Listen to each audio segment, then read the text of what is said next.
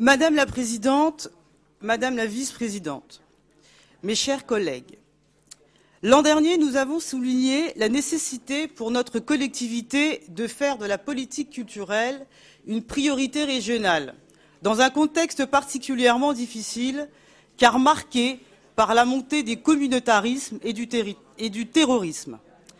En effet, la culture est un vecteur de cohésion sociale primordial pour notre région, car elle permet de construire une identité forte, fondée sur un socle de valeurs communes. Cette année, encore, le budget présenté montre votre volonté de poursuivre dans cette direction avec une nouvelle augmentation des crédits dédiés à la culture de 4% par rapport à 2016. Ils s'élèveront pour 2017 à plus de 92 millions d'euros. En moins de 2 ans de mandat, oui, en moins de 2 ans de mandat, le budget pour la politique culturelle francilienne aura donc augmenté de près de 12%, une belle avancée vers l'objectif de 20% que nous nous étions fixés.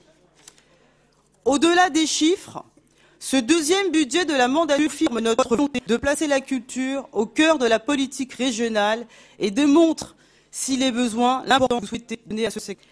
La culture doit être ambitieuse et aussi bien être un atout qu'un véritable outil de la politique régionale. C'était d'ailleurs le sens de la communication du mois de septembre sur les nouvelles orientations de la politique régionale qui avait permis de fixer le cap à venir en s'appuyant sur 3 piliers. 1. L'inclusion, une ouverture vers l'ensemble des territoires de la région et accessible à tous les franciliens. 2. L'itinérance, une culture qui va à la rencontre de la population et qui redonne de la vie à certains territoires trop souvent oubliés. 3. Le soutien à la création. Nous devons davantage nous appuyer sur la force créative des franciliens, un puissant vecteur de les objectifs visés. La politique culturelle mise en œuvre doit être en rupture avec celle qui a été menée depuis de trop nombreuses années et dont nous cherchons les résultats. Fini donc ce saupoudrage de subventions, dont près de la moitié profilait à Paris et à la Seine-Saint-Denis. Vous avez souhaité mettre en compte sur l'investissement qui augmente de plus de 24% par rapport à l'an dernier. Cette augmentation importante en premier lieu le soutien au cinéma et à l'audiovisuel sur lesquels nous aurons l'occasion de revenir plus précisément en fin de semaine avec la délibération relative à la refonte du fonds de soutien. Les crédits accordés à ce fonds de soutien atteignent d'ailleurs un niveau historique, vous l'avez souligné, Madame Evren. Cette année, 15,5 millions d'euros. Un signal fort pour renforcer le statut de l'Île-de-France comme région phare en matière de cinéma, autant sur le plan européen qu'international.